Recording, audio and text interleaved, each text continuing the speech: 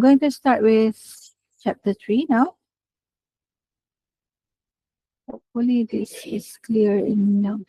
This is big enough. Is that okay? Boleh kita mula Okay, so topic 3 out of 5 topics, topic 3 is on file management.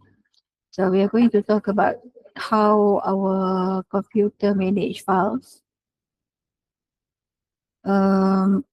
Mostly we are going to talk about storage. So storage, the main one is the hard disk or the SSD. Most new computers, they are using SSD. So people prefer using SSDs nowadays. Even if they have originally have hard disk in their laptop, normally they change it to SSD. But dia lagi ringan, lagi kecil, tapi a bit expensive lah according as compared to hard disk kan. So we are going to talk about how our computer manage file inside storage. So mostly we are talking about the hard disk. It can also referring to pen drives and so on. Tapi sebab we are talking about operating system, so operating system is packed inside, diparking dekat dalam hard disk. So we are talking about hard disk lah, the hard disk, the main storage of your computer. So ada beberapa bahagian, there are few parts of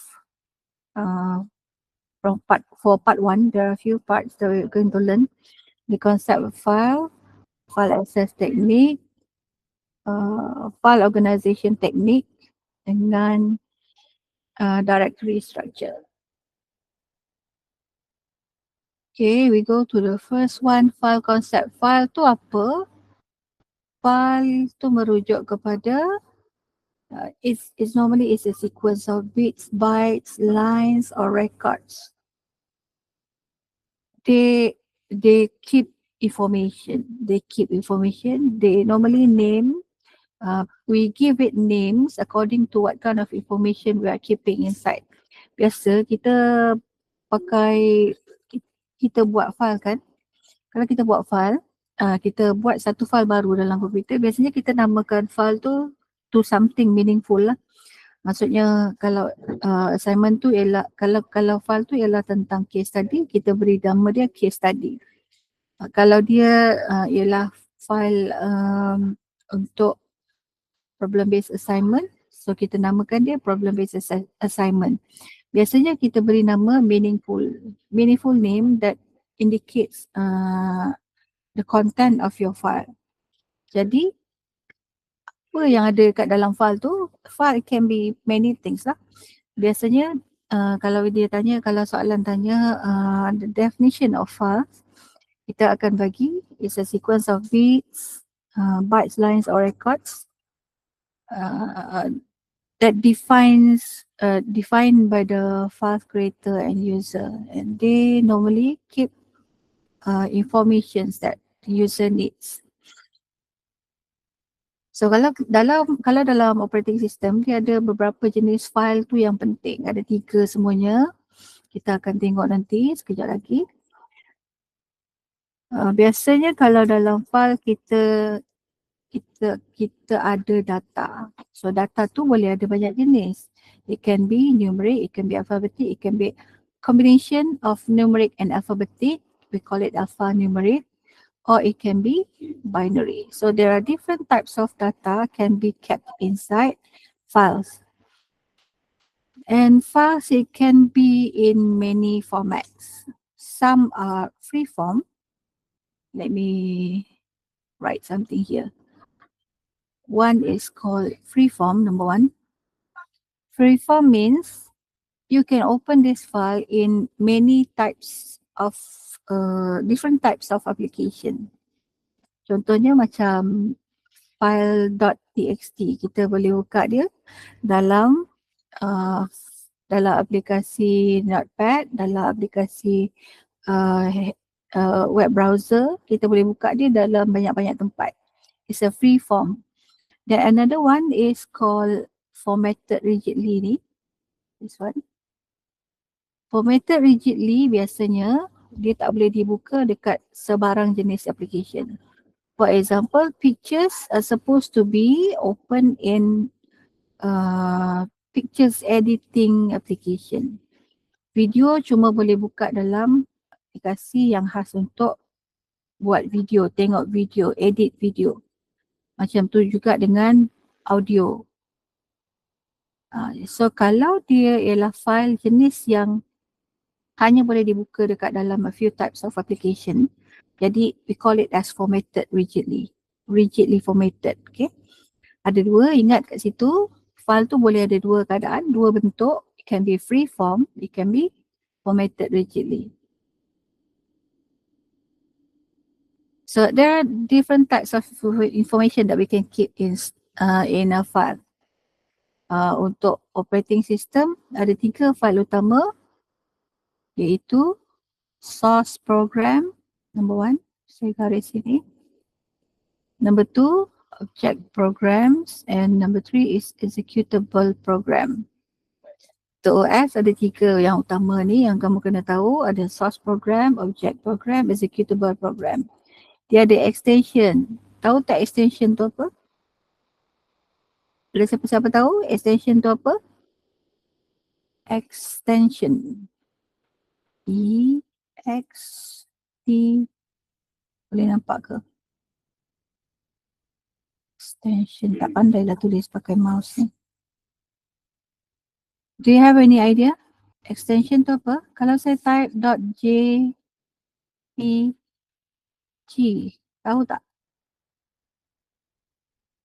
No, not Untuk gambar. untuk gambar, tahu kan? So this is called extension. File extension. Contoh lain selain .jpg, any idea? Ni idea? Siapa boleh jawab? Yes, PDF. Betul. Ada lagi yang kamu biasa PDF buat? file.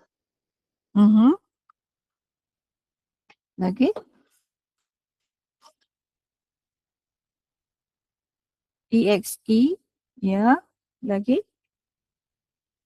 Sedarakan banyak-banyak yang kamu tahu. Do you know RAW file? Do you know RAW file? RAR. Have you heard of RAW file? Or zip file? Pernah dengar? Yes, Green RAW file. Lagi? Ada banyak kan? Ada banyak sebenarnya. These are called extension, file extension. Yes, IMG, JPG, PNG. So these are all extension. Okay. So kita nak tengok nanti sekejap lagi. So file it have structure. Strukturnya bergantung kepada jenis file tu. Okay. So three different files for operating system that you need to remember. Tadi saya dah cakap. Ialah source file, object file dengan executable file. Biasanya source file we see this is the extension. Then object file, this is the extension. OBJ, kenapa dekat bawah? Atas ni. And executable file is exe. So this is the extension. Why I cannot read this one?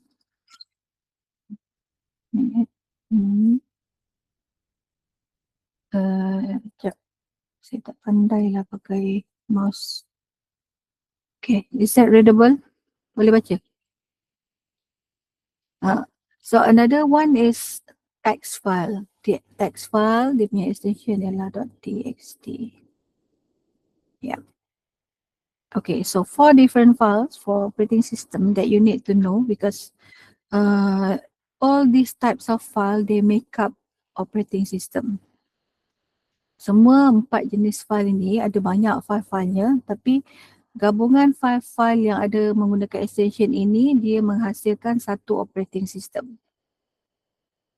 So, tolong hafal these four different types of file for operating system. Okay, so txt ni dia boleh combinations of characters. Dia boleh jadi huruf, dia boleh jadi abjad, dia boleh jadi nombor, boleh ada simbol, tanda seruan, underscore, tanda-tanda yang ada dekat atas keyboard gitu tu. It can be combinations of that. Source file pula ialah mengandungi subroutine and functions yang kita gunakan dalam programming. Object file pula ialah sequence of bytes. Ini pun yang kita gunakan dalam programming.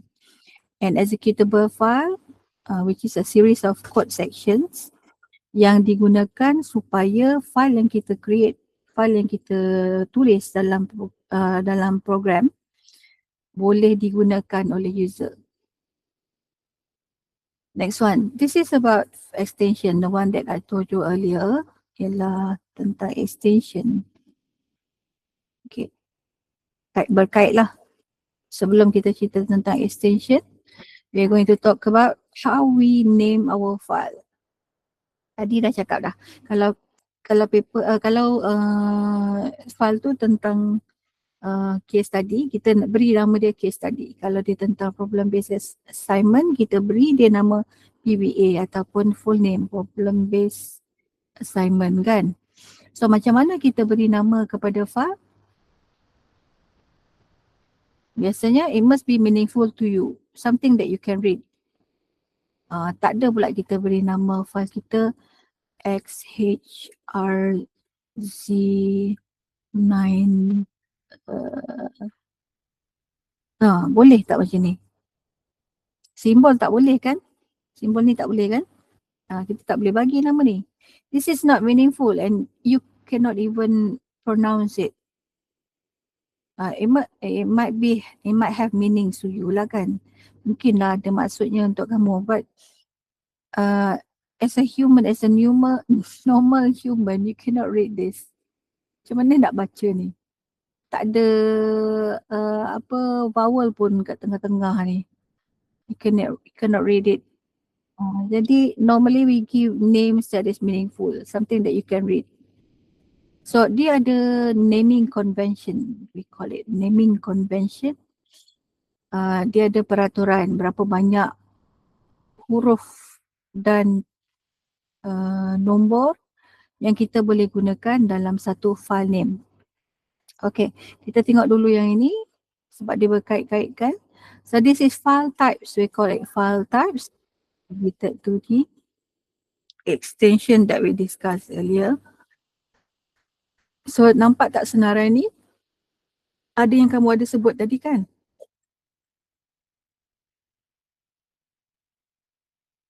Cuba tengok mana satu yang kamu tak pernah jumpa. This is your first time. Tengok bahagian tengah, usual extension tu. Mana satu yang hari ni lah baru first time tahu kewujudan extension ni. Have you seen this one? .a. Rasa ramai tak pernah tengok. Ataupun .o. .avi pernah tengok? Angkat tangan kat situ kalau pernah tengok. Tak reaction tu. Tanda reaction tu kan. Bagi macam ni. Kalau pernah tengok AVI. Tak pernah. AVI tu ialah untuk multimedia, untuk video. Dia audio video punya extension. Ada banyak kan yang kamu tak pernah tengok kan? ASM pernah tengok?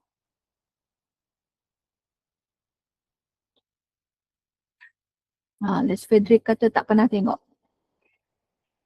Ada banyak yang kita tak pernah tengok kan? So there are many types of file.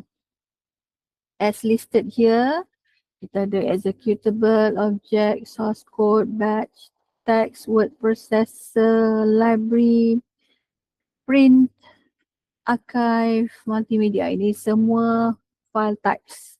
Not limited to this because there are too many types of files. Banyak sangat jenis-jenis dia. Tapi ini yang kita wajib tahulah, two things. So 3 ini ialah OS punya. Yang lain pun ada juga OS punya, tapi the main one dalam OS 3 ni. Okay, including this one lah. One sebab text ni digunakan dalam programming. Since you need to do programming if you want to change your operating system, of course you need text ni salah satu daripada types yang kita kena tahulah. Okay, next one is file attributes. Attributes tu apa? Ada siapa-siapa boleh tahu saya, boleh bagi tahu saya attributes tu apa? Siapa boleh jawab attributes tu apa? Kalau ada saya nak bagi hadiah. Saya nak tengok seorang boleh jawab apa itu attributes. Bagi saya satu nama dalam bahasa Melayu. The meaning of attributes in Malay. Come on. Come on. Someone. Come on. Attributes tu apa dalam bahasa Melayu? Give me one word that defines attributes. I'm going to give this out. Yeah. Kalau kamu ada TNG, saya TNG. Apa tu attribute dalam bahasa Melayu? Come on. Nobody wants? Green notes? Tak nak? Tak nak saya simpan. Melepaslah. Ciri. Betul? Ciri. Siapa? Abdul Syafiq. Abdul Syafiq, you have TNG? Do you have TNG? Yeah. Okay, PM me your TNG. Okay, PM saya TNG ya dalam Telegram. Okay, kita boleh panggil dia sebagai ciri ataupun we also can call it as sifat. Sifat boleh, benda yang sama lah. Ciri, sifat, benda yang sama. So, semua file dia akan ada sifat dia lah. Dia akan ada ciri-cirinya. So, all files have their own identity, meaning it keeps information of specific information about that file. Siapa simpan, siapa pemilik file itu, apa jenis filenya, simpan di mana, berapa saiznya, apa jenis protectionnya ada, nama, tarikh dibuat bila, masa dibuat bila. So these are attributes. Macam manusia juga. Manusia dia ada ciri-ciri seperti nama, ada nombor IC, ada tinggi, ada berat, ada warna kulit, ada bentuk mata, bentuk muka, bentuk hidung. Itu ialah ciri-ciri manusia. But for files, we have file attributes kat bawah ni ya, kat sini. These are file attributes. Oh, tertinggal huruf D ni kat depan. Date. Ini ialah date. Tarikh. So different types of file, they have their own attributes. Biasanya attributes memang tak sama. Mungkin kebetulan sama pada size, tapi isi dia tak sama. Isi file tu tak sama. Mungkin kebetulan sama pada time and date, tapi isinya tak sama. Okay. Semua file tu dia ada macam manusia juga. Manusia ada nombor IC, ada nombor badan. So file pun sama, dia ada user identification. Dan dia ada identifier. Dua ni, satu. Okay, dia ada identifier masing-masing. Oh, saya tutup video lagi sekali. So, like I said just now, so attributes, they are different for each files. They can be varied. Ada banyak lah. Mungkin dia kebetulan sama, mungkin juga dia berbeza-beza. Tapi secara umumnya file tu memang tak sama. Dia mesti akan ada perbezaan dari segi sekurang-kurangnya pada nama identifier. Dia punya identifier tu akan berbeza. So how do you check your file attributes? Kamu boleh tengok dekat Windows Operating System tu dengan cara tengok dekat, if you go to your file explorer, boleh je pergi dekat file. Sekejap saya bagi contoh. Let's say, okay, saya bagi tunjuk macam ni. So this is, let's say this is my file. So kalau kita nak tengok file attributes, we can go to show properties. We go to properties. Contoh you go here, pilih file, klik kanan, you go to properties, then you can see the attributes here. Ada banyak lah. There's general tab, there's digital signatures tab, security, details, boleh tengok previous versions. So ini dalam bahagian details ini pun semuanya ialah attributes. Dia ada owner dia siapa, PC mana yang digunakan untuk create file itu, the location of this particular file, the type of this particular file, the name, the size, the date created, date modified. Semuanya ada dalam properties. I repeat, dia pilih file tu, lepas tu klik kanan dan tengok properties. Okay. So kalau kamu pakai komputer lain, tak pakai Windows pun sama juga. You can still check the attributes of your file. Sekejap, saya buka balik nota saya. Since I'm using Windows, so I cannot show you what it's like for Apple, computer Apple. But for Apple, for Apple, of course, we do have ways to check the attributes for Mac OS. Sama juga dia ada dekat dalam bahagian info. For each file, dia akan ada info dia sendiri. Same thing, there must be name, size, where it's located, where it is kept, bila dibuat, bila diubah, same thing. They all have attributes. Tak kisahlah file daripada Windows ke, daripada Apple ke, sama saja. Daripada Mac OS ni. Okay, are we okay for now? Not much kan? These are just theories. Kena take time untuk masuklah dalam kepala. Next one is file operation. Apa yang komputer kita boleh buat dengan file? What kind of operation we can do? What kind of operation? So 7 different types of file operation that you must know the names. Kena tahu namanya. Apa dia? 7 basic file operation. Create file, open file, write file, read file. Kita tahu kan? Buat file baru, buka file tu, tulis isi kandungan file tu, edit file tu, lepas tu baca file tu, buka file tu untuk baca saja. Macam tu boleh juga. Or it can be delete file, tak nak dah file tu boleh buang. Or it can also repositioning file. Repositioning file bermaksud pindahkan file tu pergi tempat lain. So dalam komputer, if you change the location of your file, meaning your file will be changing the pointers to the file. Semua file kita dalam hard disk kita tu, dia ada pointer, dia ada alamat.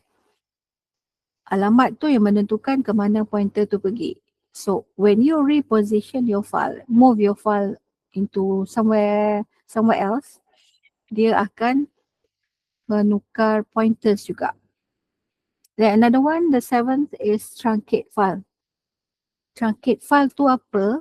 Buka Google search sekarang dan tengok maksud truncate.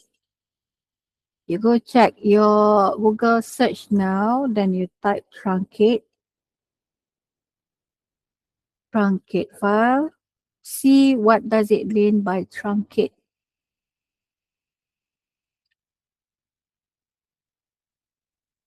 Come on. What? Apa maksud truncate? Apa maksud truncate file?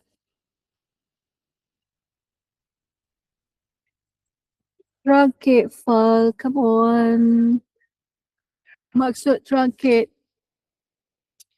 Another green notes for you. Apa itu? Truncate? Pala agong nunggu. Pala agong warna hijau itu. Oh, cannot see the pala agong. Nampak. Truncate tu apa? Someone? Truncate file. Truncate file. Truncate tu apa? Maksud truncate. Google it. Truncate file. Potong file tu apa maksudnya? Potong file bentuk dia macam mana? Potong file jadikan apa? Can you say it? Can you tell me more? Panasnya hari ni. Banyak duit raya nak bagi ni.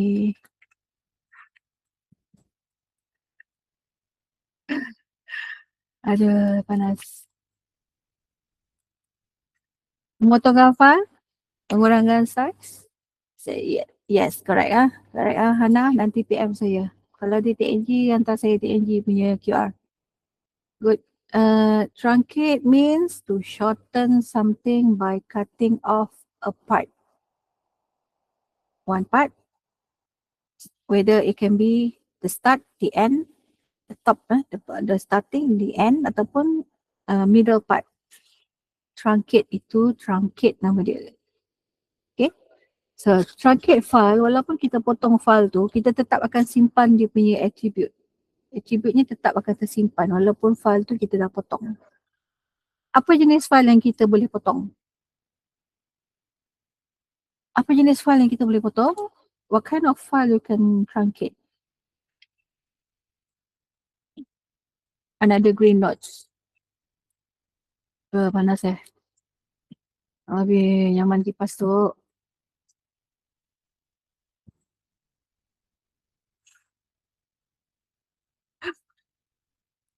Habis.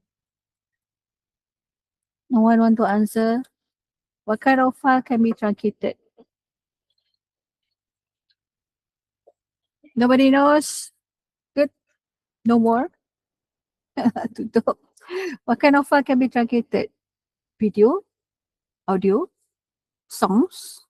Lambatlah Muazzam. So files can be truncated. There are many types of file can be truncated. Tapi yang paling biasa sekali kamu jumpa ialah video dengan audio. Itu ialah file-file yang kita boleh potong lah.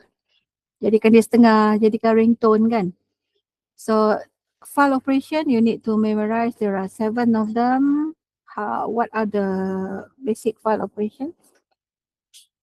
So there are also other basic file operation. Append, rename pun ada jugalah. So ada banyak lagi. Okay. Next one. File access technique. Macam mana, next one ialah tentang macam mana dalam komputer kita, dalam kita punya storage, dalam kita punya hard disk tu, macam mana file tu dicapai. Kalau kita nak cari file tu, macam mana kita, saya tutup video lah untuk cepatkan sikit kita punya, kurangkan loading dia. Macam mana komputer kita cari di mana file tu berada dan tunjuk kepada user. Tunjuk pada user macam mana dia boleh keluarkan file tu nak bagi dekat user. Macam mana dia cari dalam hard disk, lepas tu nak bagi pada kamu. So this is file access techniques. Ada 3. Iaitu sequential, direct dengan index. Sequential, direct dengan index. So file access technique ataupun boleh juga dikenali sebagai file organization techniques. This is how your file being kept. So how do you access them? Access ini bermaksud kita nak capai, dalam bahasa Melayunya dipanggil capai. File tu daripada dalam storage kita nak capai, nak dapatkan, nak ambil. You want to retrieve it. So how do you access them? Ada 3 kaedah. Iaitu yang pertama ialah sequential, yang kedua ialah direct access dan yang ketiga ialah index.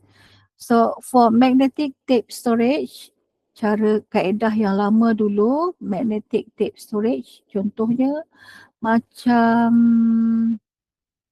let me show you pictures lah. Let me show you pictures. Entire screen maybe. Boleh nampak screen saya ke? Yeah, let me use this one. Okay. Have you ever heard of cassette? Pernah dengar cassette? Okay, boleh nampak sebelah kanan? Ni semua ni, pernah nampak?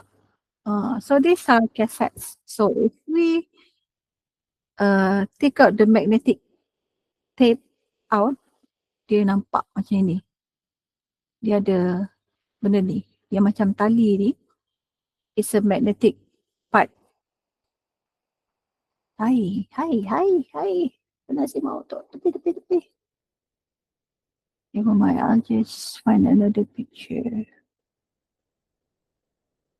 Which one is a good picture? So how do you play the cassettes? Of course you need the player. So kalau kita keluarkan dia, I have good pictures kah?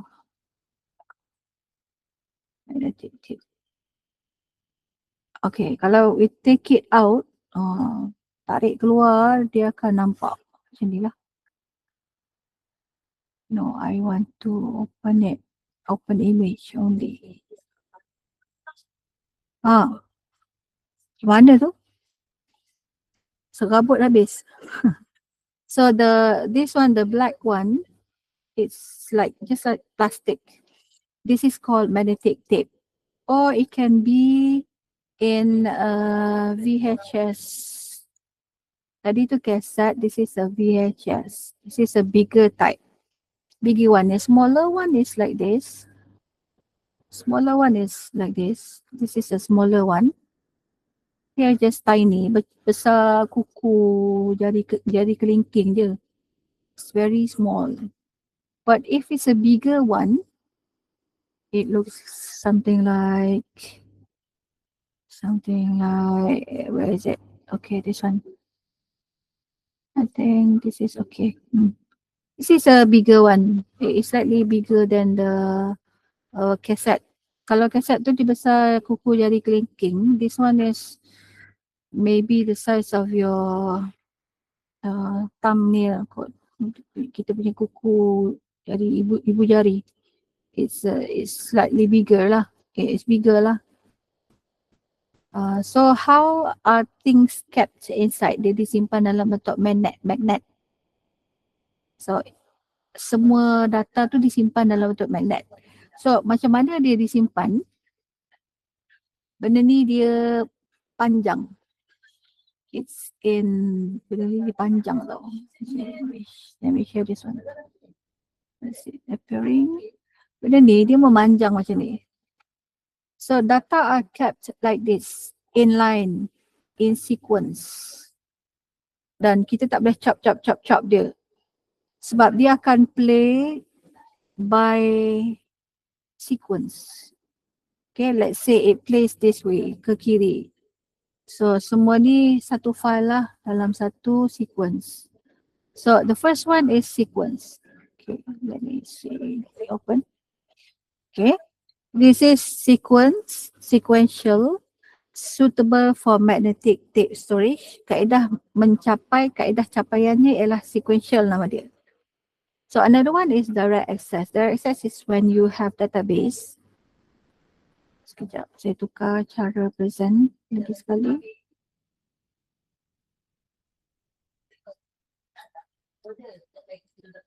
Boleh nampak? Is it appearing? Yeah, Syafi. The one you pakai dengar lagu itu ialah kaset. VHS tadi, kaset tu. Ni biasa kita untuk audio. Audio only. You cannot see anything. You can just listen to it. And it needs a player, cassette player. And for VHS, VHS is for video. Let me type it for you. And different player is needed as well. So video lain player besar sikit dan cassette lain player a little smaller. That's when you need. You can see Walkman. Zaman-zaman Walkman, zaman-zaman radio yang cassette radio. Video with cassette player. So awal-awalnya kaset tu kita cuma boleh dengar saja. Then they make a different player where the cassette player not only play but it can also record. So you can record your voice into your cassette. Boleh rakam masuk dalam kaset tu suara kamu menyanyi. You are talking, then you can put it inside cassette. So you can boleh tengok dalam ada banyak movie lah yang dirakam suara menggunakan kaset. You can see it in many movies and or dramas. Ada banyak lah kita boleh tengok contoh-contoh dia. Okay, do you have any questions for magnetic tape for now? Since you are not from that generation, so I think you have many questions you want to know, you want to ask. Ada? Tak ada? Kalau tak ada, I'm going to proceed. Tak ada?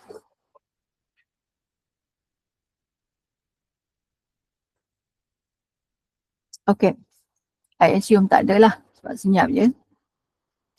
Next one is direct access. Direct access ni biasanya untuk database. Contohnya airline ticketing system. Kita beli tiket kapal terbang. So untuk tiket kapal terbang, they are kept in database system. So how we access data is by using direct access method. Dengan cara direct access, dia boleh pin je dekat mana-mana dalam storage tu dan cari randomly dari mana tempat yang dirasakan ada maklumat yang kita cari tu.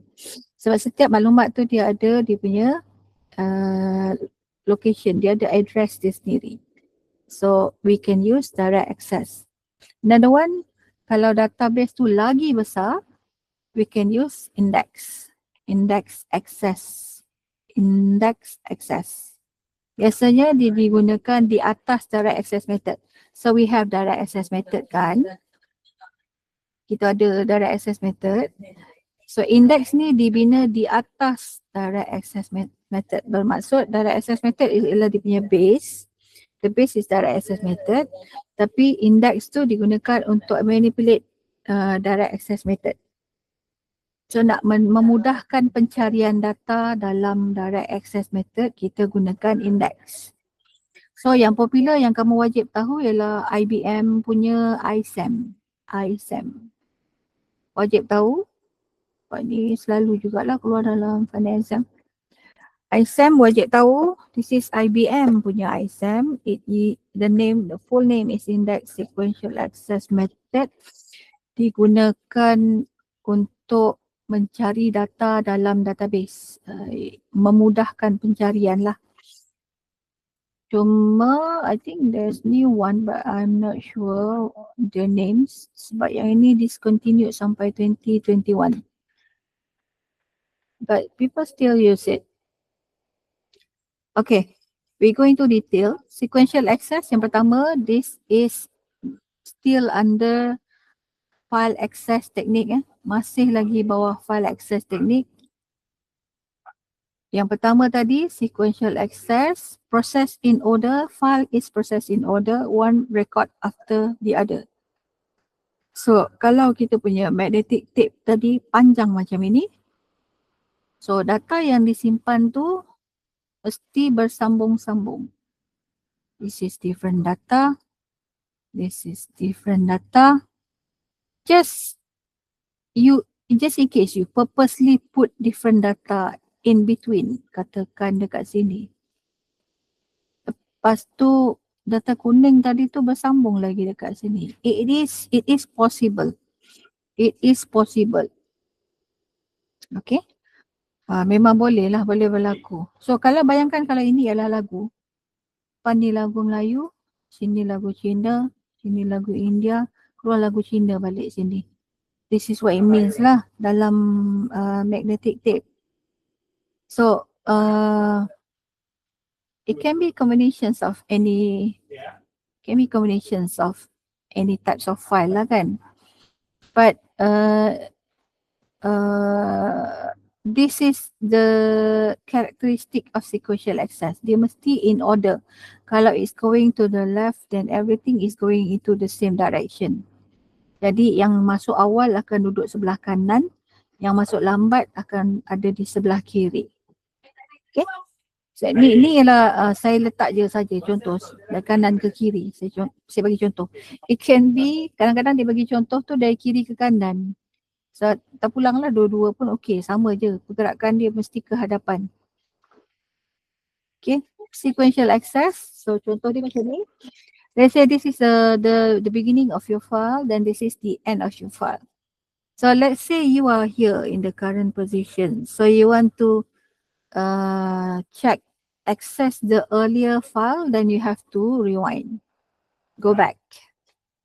If you want to write new file, then you go to your current position, then start writing from here. So either you already have files there or you might not have any file. Kita boleh je baca atau tulis daripada that particular position. So you can either go forward or you can either go rewind. Tapi kita tak boleh go randomly to different location. Contohnya, currently saya dekat orange ni. Now I want jangan black out. Jangan black out. Okay.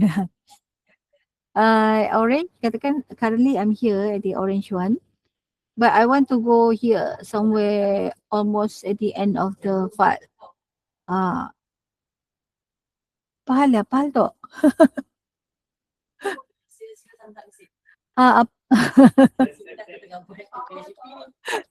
Tak apa energy saving mode kah? Aduh, save. Okay. Iklan. So you cannot just randomly go to anywhere you want. Hanya sebab because this is sequential access, you can only go forward or you go rewind, but you cannot go randomly anywhere. Sebab if you want to go randomly anywhere, sequential access tak mampu. It doesn't have the capability. Okay. So operation for sequential access, they are normally read and write. Read or write, either two. Okay, next one is direct access. So you want to jump anywhere, you want to go randomly anywhere, then you have to use direct access. Barulah kalau ada direct access, baru kita boleh buat jump randomly somewhere, anywhere inside your hard disk. So untuk direct access, biasanya kita kena cerita tentang hard disk. Sekejap. So kita kena cerita tentang hard disk. Let me change this again to my screen because I need to show you so that you can get the gist of it. Okay. Let's say this is a hard disk layout. Okay. Pernah tengok hard disk layout? Pernah tengok? Yang betul punya? The real one? Anyone pernah tengok? Bagi saya angkat tangan. Tekan angkat tangan. Raise your hand. Kalau pernah tengok. Ada yang dah pernah tengok yang real one? Yang terbuka macam ni? You cannot just take out your hard disk from your PC. Lepas tu buka dia punya screw. Jangan lah. Sebab it's very sensitive. Kalau kamu buka, there is possibility for it to be kena habuk dan menyebabkan dia cannot fully function. Jadi jangan berani. So if you have a hard disk, a broken hard disk, then you can do this lah. Boleh buka. So your hard disk looks like this. There's platters. Yang flat ni panggil platters. Dan kita ada spindle sini yang memusingkan dia. It spins it. Dia ada head dekat sini. Head inilah yang membaca kita punya kandungan dalam hard disk. Right. Thank you for raising your hand. You can put it down now. Then, so kita kena faham lah. This is, sekejap. Tak boleh buka besar ke? Okay. So, the head here, as you can see, there's few heads here. One, bawah ni ada satu, nampak ke? Can you see my mouse moving? Atas ada satu, bawah ni ada lagi, bawah ni pun ada lagi. Nampak tak? So the head is moving around into a place that it targets lah. Let's say you want to move to this side. So this head will move to that side. Randomly go to where it should be placing the file that you might want. Dia randomly je pergi. Dia pergi, you can go to the left, then you can move to the right. Boleh pergi depan sikit, boleh pergi belakang sikit because the head is movable. Okay, dan kalau kita tengok, this is how data are kept in your hard disk. Macam mana data disimpan dalam hard disk? Dia disimpan dalam bentuk track and sector. Track, sector and cluster. Track ialah warna merah ni. Cluster, warna hijau ni bahagian ini saja. Bahagian ini je itu cluster. Or it can be sector, warna biru macam slice of, macam piece of cake, macam slice of cake. Macam one slice of cake bentuk dia, sector. So data kita tu disimpan ikut track, sector and cluster. So data tu bergerak macam mana? Data tu tak bergerak, dia stay kat situ tapi kita boleh access dia dengan cara direct access menggunakan head. Ada kepala tu, dia akan bergerak-gerak di antara cluster, sector and track tu untuk mencari data. Sebab saya dah cakap di awal tadi, every file have their own location, address.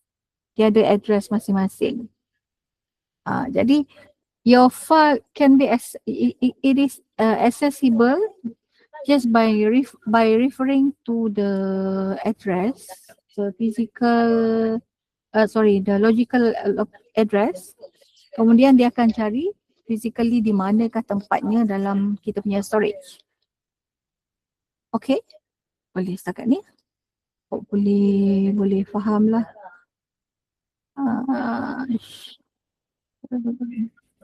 Stop presenting, let me present dan balik ke tadi supaya boleh fokus balik. Okay.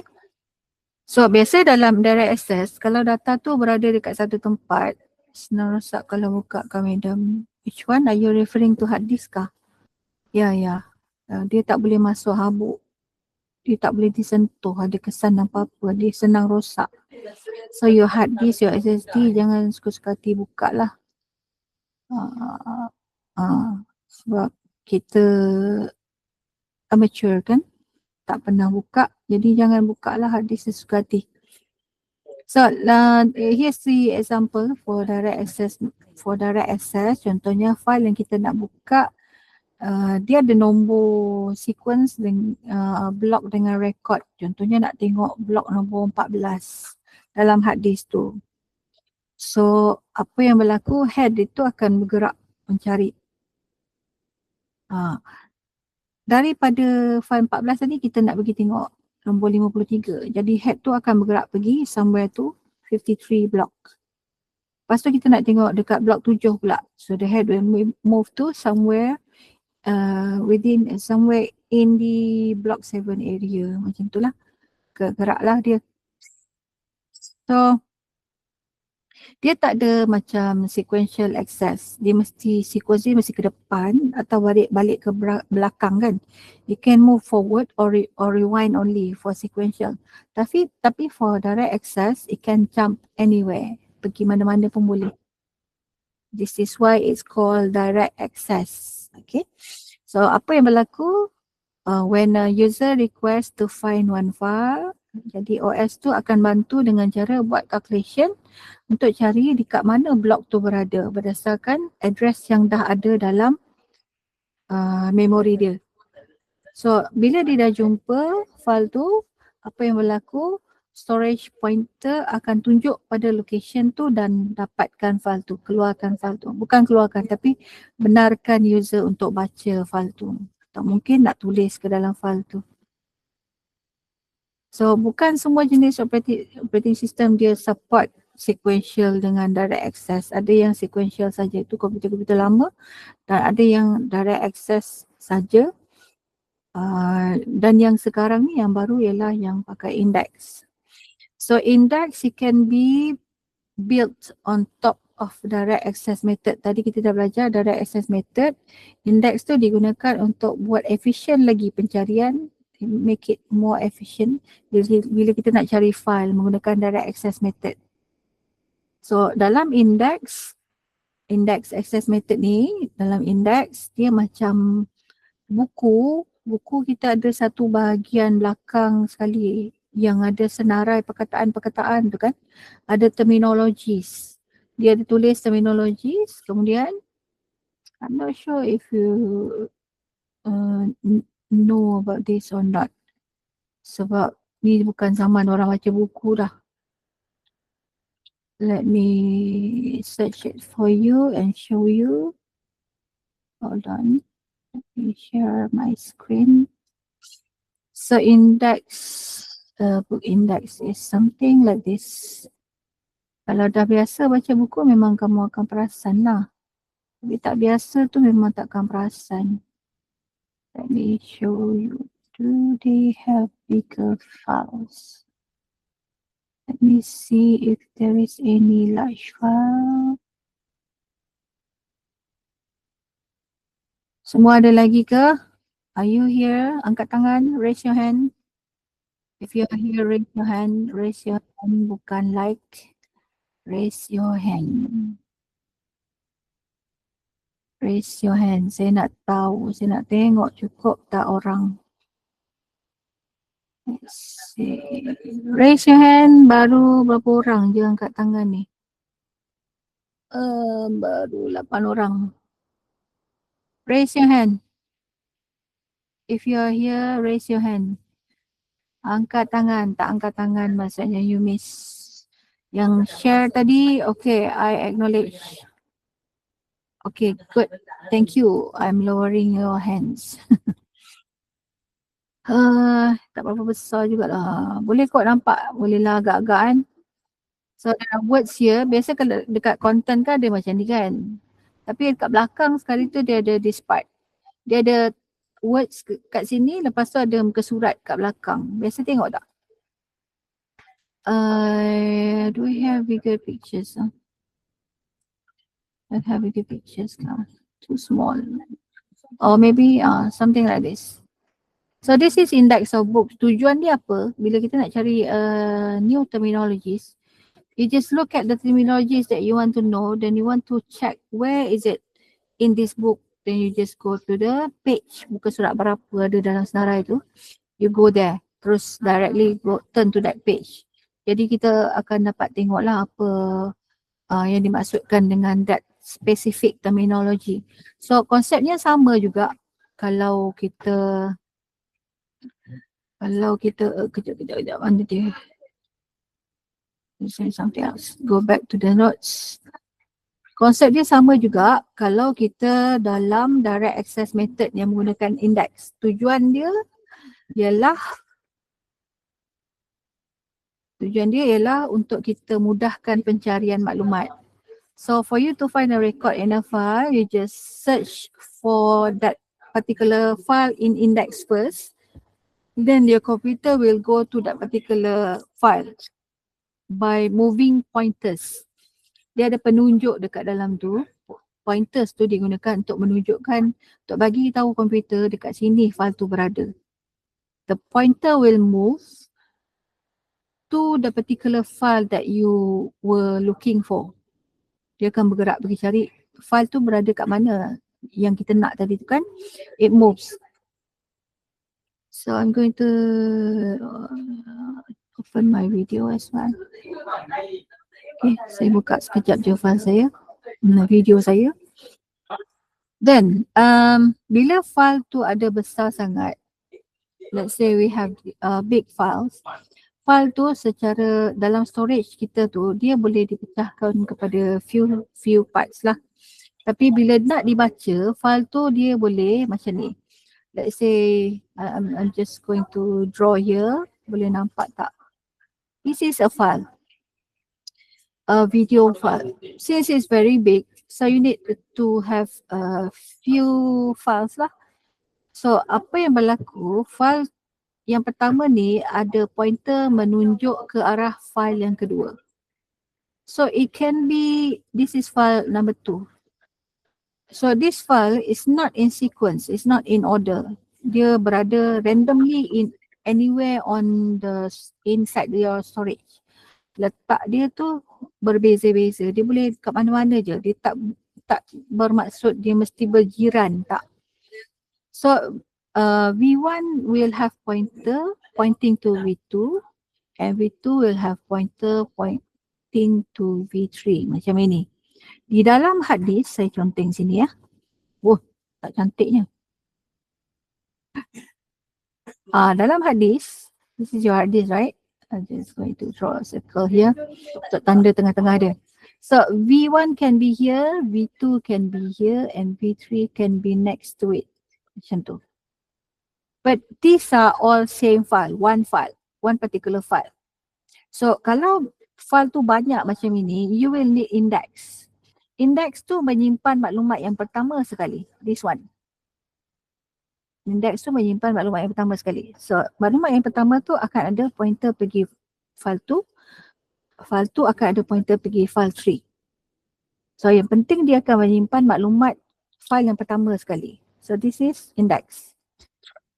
Okay, this is why you need index access method. Right. Contoh dia macam ni lah. Kalau kita cari maklumat file untuk one particular person, for let's say Smith kat sini, nak cari orang ni, maklumat dia berada kat mana, kita akan ada index file. Index file itu akan menunjuk maklumat yang ada dalam relative file. Nama Smith tadi ni boleh digunakan untuk mencari file di dalam relative file.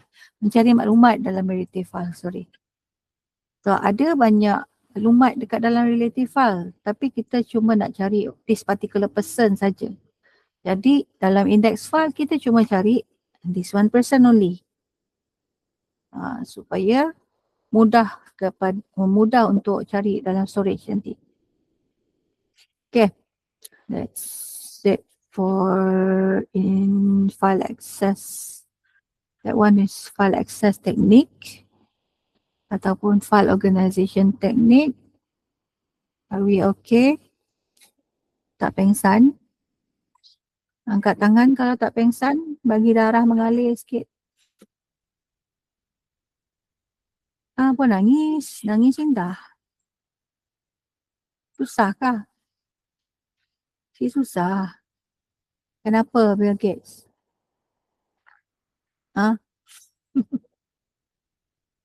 Next one, you go to directory structure, boleh?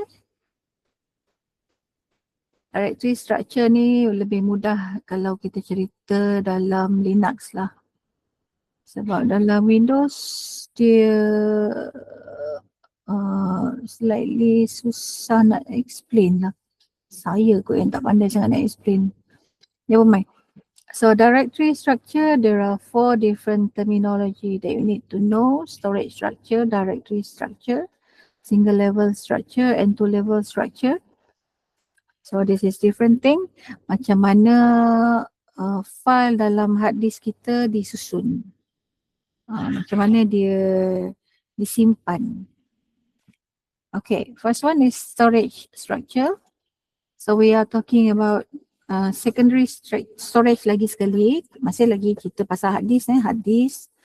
So most common type of secondary storage biasanya yang kita biasa dengar ialah hard disk drive HDD ataupun NVM. NVM sekarang baru popular. Dulu kurang. Sekarang ni popular dah. Non-volatile memory device. So ada lagi jenis-jenis secondary storage yang lain seperti cache memory, CD-ROM, register, magnetic tape, semuanya. Semua ni ialah secondary storage. Tapi ada lagi selain daripada secondary storage, kita ada lagi tertiary storage. They are slower, large in terms of capacity. Dan ada yang perlukan power, ada yang tak perlukan power. So storage ada banyak. Main memory, RAM pun dikira sebagai storage. Cuma dia tak simpan data secara kekal. Antara main memory, secondary storage dengan tertiary storage, mana satu yang simpan data secara kekal? Anyone?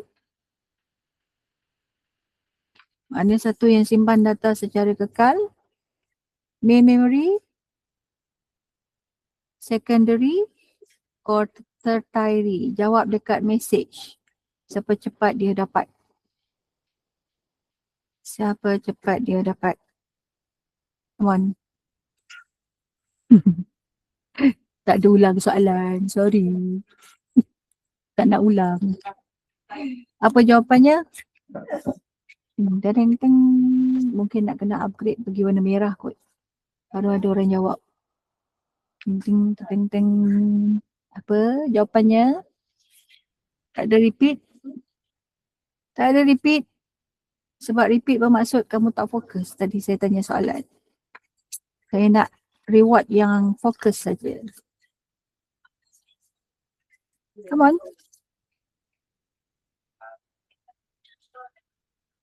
Kenapa nak tukar warna si? Warna merah ada catat. Warna merah no.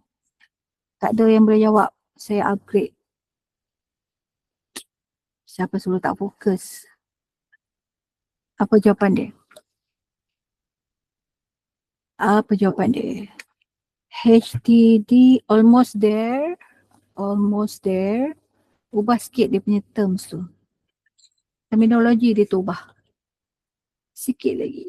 Come on Hana. HDD almost there. You are almost there.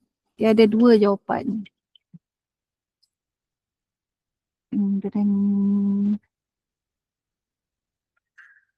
SSD almost there. Ada dua jawapan. Saya nak dua-dua sekali. Come on. Lepas lagi lah tak orang tak. Yalah asyik fokus. Hai. Noi. Kelas online.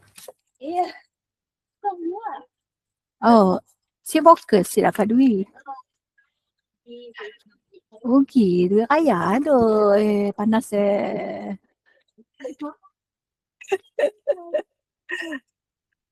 hard disk dengan solid state. Tak cukup. Saya nak terminologi. The terminology. Ada tiga jenis.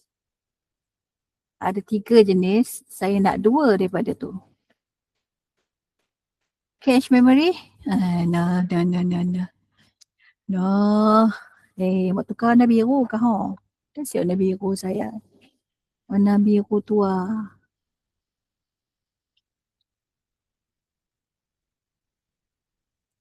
Come on. Orang pertama yang jawab dalam message tadi adalah hard disk. Iaitu Hana. Dia jawab hard disk. Okay. So saya bagi Hana tapi sebab kurang tepat. Saya downgrade lah. Boleh Hana? Terimalah. Soalan saya tadi ialah antara main memory storage, secondary storage dengan tertiary storage. Mana satu yang menyimpan data dengan kekal? Sekarang boleh dapat jawapan dia. Jawapan dia apa Hana? Bagi saya jawapan yang betul Hana. Mana Hana? Bagi saya jawapan yang betul. Antara main memory, secondary dengan tertiary storage. Mana satu yang menyimpan data dengan kekal? Selamat duit aku.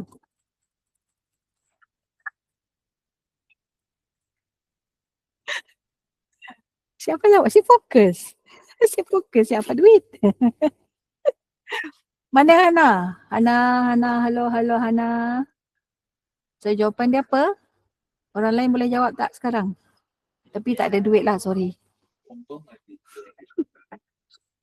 Yang boleh simpan data dengan kekal. Main memory tak boleh simpan data dengan kekal. Tadi jawapan dah betul dah hard disk tu. HDD tu ialah jenis apa? Main memory, primary storage ke, secondary storage ke, tertiary storage?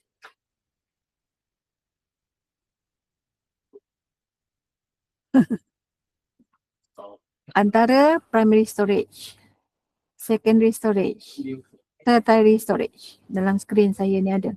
1, 2, 3. Masih lagi tu tak faham jawab soalan tu.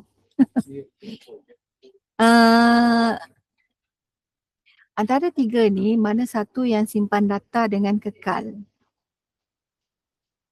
Ini dengan ini saja. Yang ni tidak. Jadi hadis betul tapi terms dia salah. NVM pun betul tapi terms dia salah. Faham ke sekarang? Faham ke sekarang? Hana? You get it now?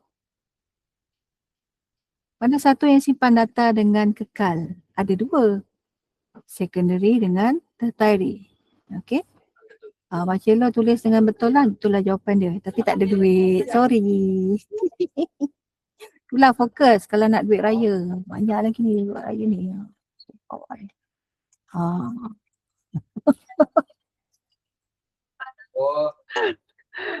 Okay, let's go next. So dalam storage structure, dia ada hierarkinya. Let me make it bigger, this one for this picture. Bagi besar sikit. Excuse me. So kita dah belajar dalam chapter 2 kan. Dalam awal chapter 2, memory tu dia ada hierarchy kan. Register sampai magnetic tape bawah sekali. So ada level 0, 1, 2 and 3 bukan? Jadi primary storage ialah 3 yang teratas ini. Ini ialah primary storage. Ini 2 ni ialah secondary storage. Dan yang bawah sekali ni ialah tertiary storage. Okay. So dalam chapter 2 kita belajar dia ada level 1, level 0, level 1, level 2, level 3 kan. Tolong hafal yang itu juga. Yang ini pun kena tahu juga. Dia berbeza. Okay. So kita pecah sini kepada 2 parts. 2 different parts. Secondary dengan tertiary ni jenis yang boleh simpan data secara permanent dan dia tak perlukan power untuk simpan data.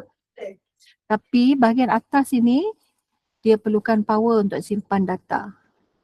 Bawah ni tak perlu. Bawah ni tak perlukan power. Atas tu dia perlukan power. Baru dia boleh simpan data. Kalau tak ada power macam mana? Data will be gone. Missing. Everything will be gone. So top levels are closer to CPU.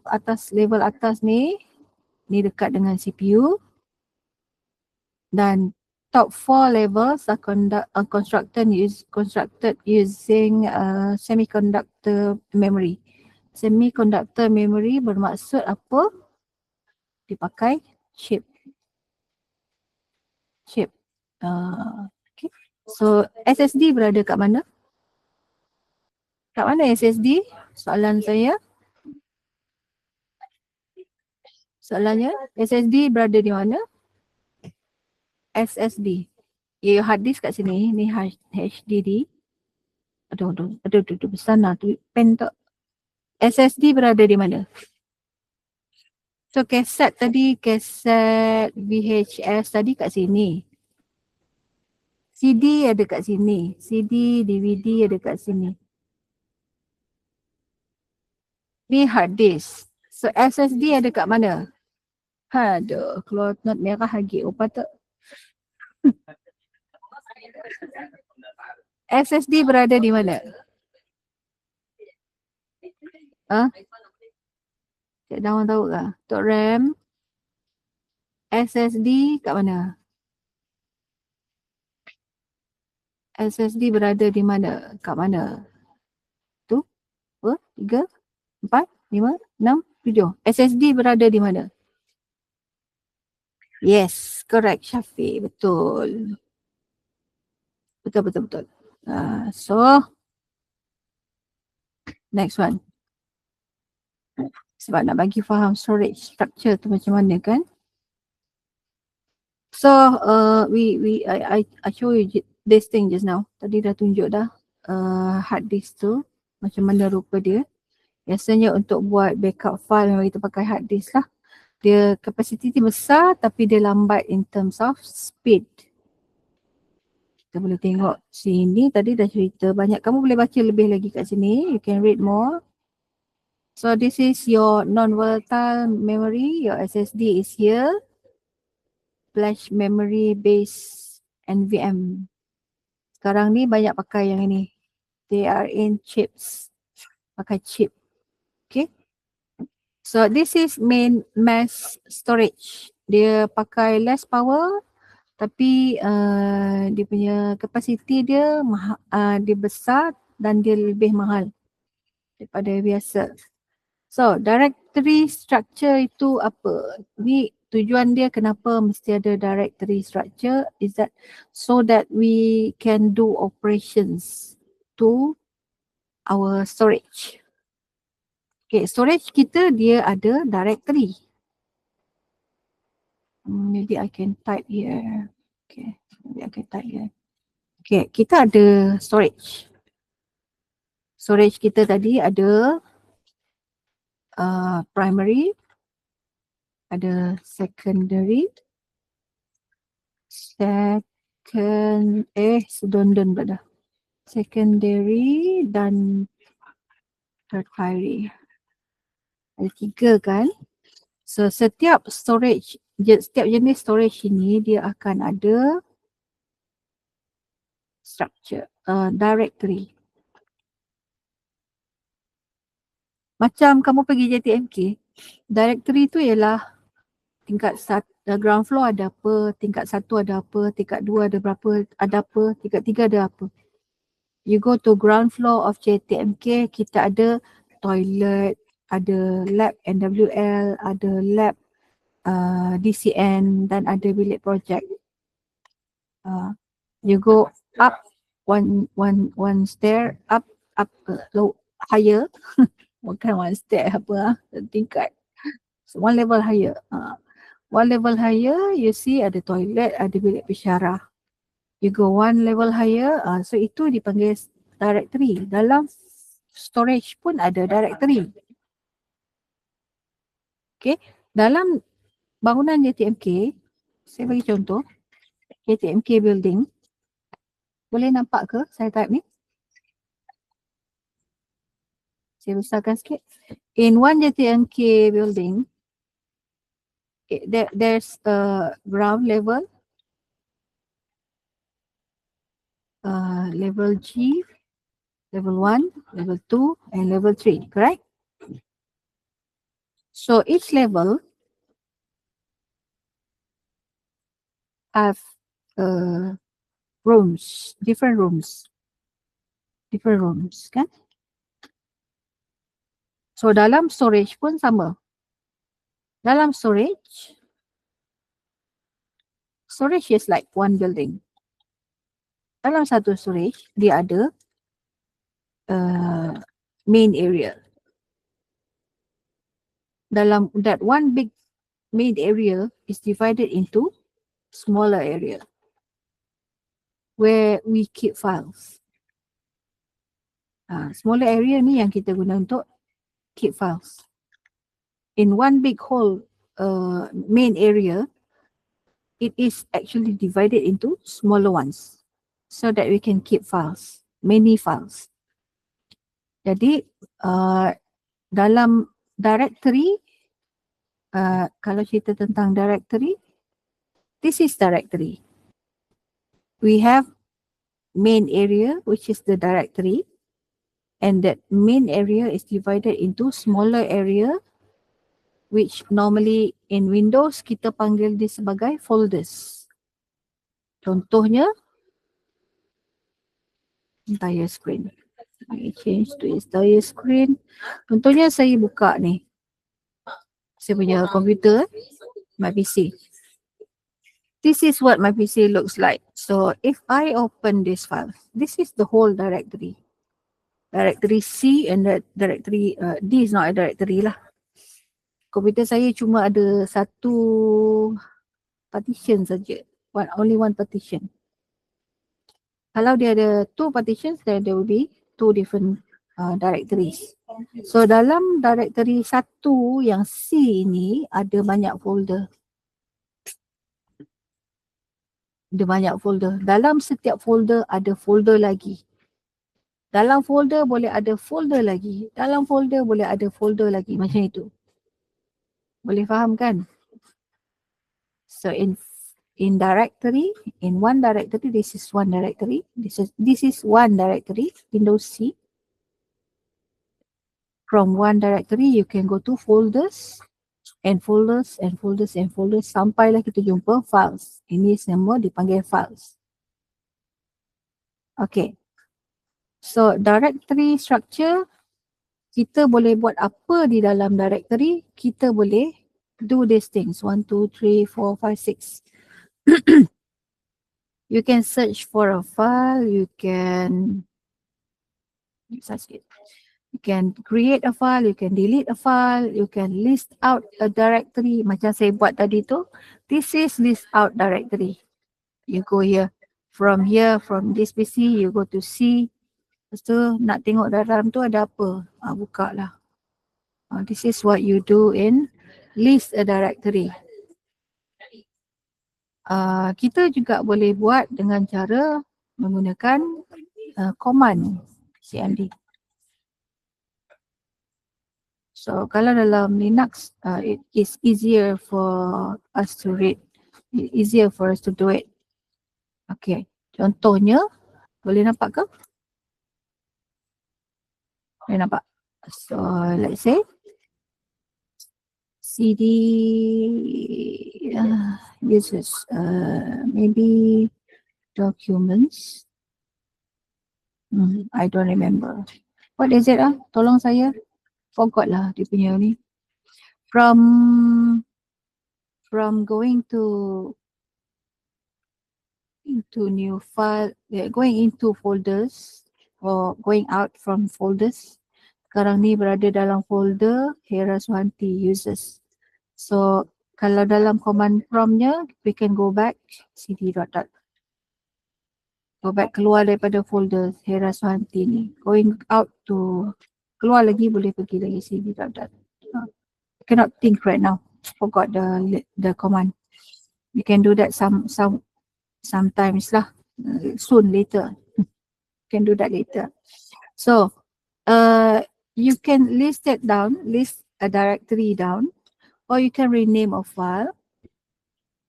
And you can also do traverse. Traverse is moving in and out of folders in directories.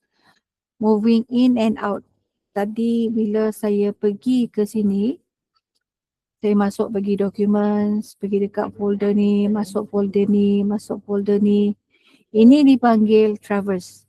Dan saya keluar lagi, keluar balik, pergi cari dekat tempat lain pula, pergi folder lain pula. Ini dipanggil traverse. You travel tapi dalam directory. We call it traverse. Okay, so there are two different types of directory. Satu ialah single level and another two is two level. Kita ada single level dengan ada two level.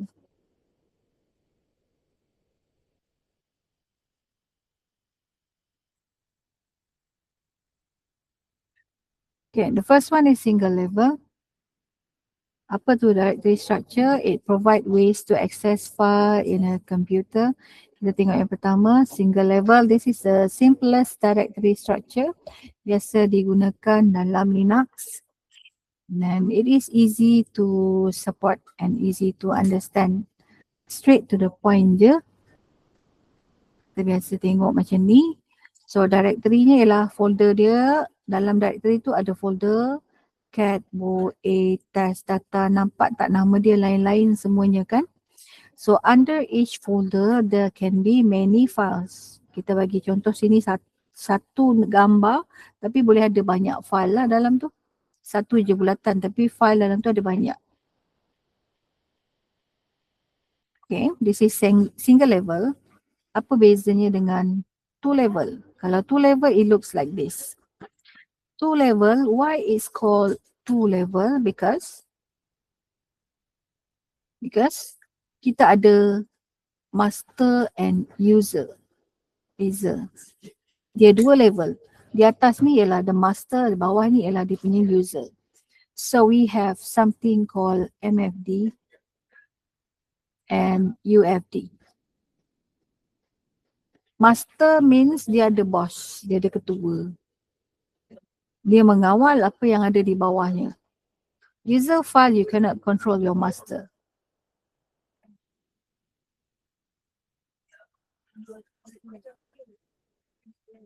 Sekejap tunggu sekejap.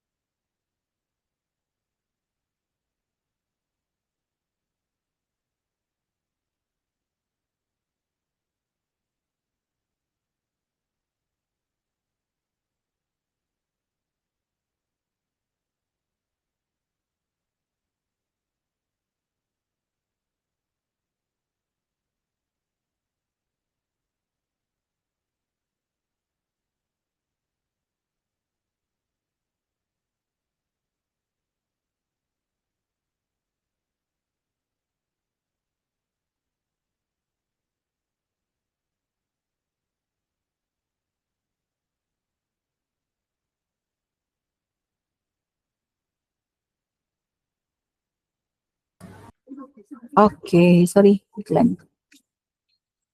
Okay, apa tadi? Okay, the difference between single level and two level directory kan? So single level is simple. As you can see in this picture, there's just one level. Tak ada master and slave punya relationship, tak ada. Cuma ada satu. So one directory with folders and files inside. So single level directory dia ada dia punya kelemahan lah. There is limitations. So in terms of when number of files increases, bila file bertambah banyak dan sistem tu ada lebih daripada seorang user, dia akan menyebabkan masalah. Sebab katakan ada kelas kita ada 18 orang kan? Betul tak? Betul ke 18 orang? Katakan kelas kita ada 18 orang. So 18 orang gunakan server yang sama untuk simpan file. Saya suruh hantar case study. So everyone name their file case study.pdf. Bila kamu hantar file tu dalam satu folder, when you dump it in one folder, what will happen? Kamu rasa apa masalahnya? Ada 18 orang dump file same name, casestudy.pdf. Rasa-rasa boleh hantar tak file tu? Agak-agak boleh hantar tak file tu? Anyone? Lalu sangat tidur kamu ni. Leka main game Tak boleh simpan lah file tu. Orang yang pertama upload je lah yang berjaya boleh simpan file dia kat dalam folder tu. Sebab naming problem. Because everyone name their file the same. casestudy.pdf. And there are 18 people. So we cannot keep same file inside. Masalah dia lah. So you have to name your file differently. Dan file tu biasanya dia mesti ada nama yang unik.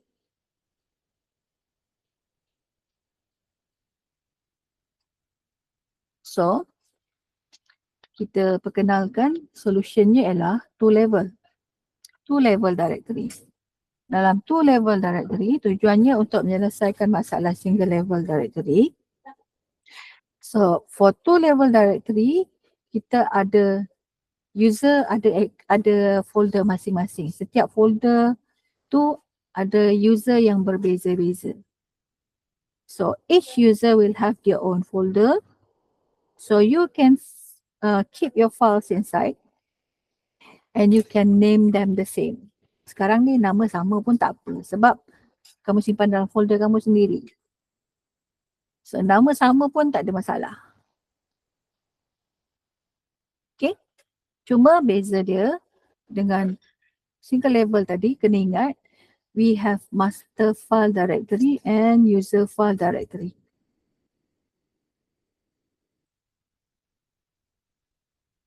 Okay, boleh baca lebih lanjut lagi. So the structure is different. As you can see, single level lain, two level lain dia punya structure. Dan perhatikan dekat sini, color red, purple. Perhatikan semua user ni mempunyai file yang sama nama, betul tak? All four users have same file. Semua ada file nama A. So, is this allowed? Yes, it's allowed. Sebab semua user simpan file yang sama tu dalam folder masing-masing. So, it's allowed lah. Boleh lah. Okay, so ini ialah kelebihan bila pakai two level directory. So, kelebihan two level directory, it solve name collision problem, menyelesaikan masalah nama sama bertindan. Dan it's better because now user can keep their files walaupun file tu sama macam orang lain punya. Dan it is efficient when you want to do searching. This will be helpful. Tapi masalahnya ialah kalau user tu nak buat kerja bersama-sama, nak berkongsi satu file tapi nak kongsi. Tu akan ada masalah lain lah nanti. Okay, sebenarnya ada banyak. There are more than two types of directory structure. Ini sekadar untuk pengetahuan kita saja. Ini tak masuk dalam final exam. So we have another types of directory structure. Ini semua jenis tree structure. Ada tree structure dengan acyclic graph directories dan ada general graph directory. Banyaklah. Okay. So end of part 1.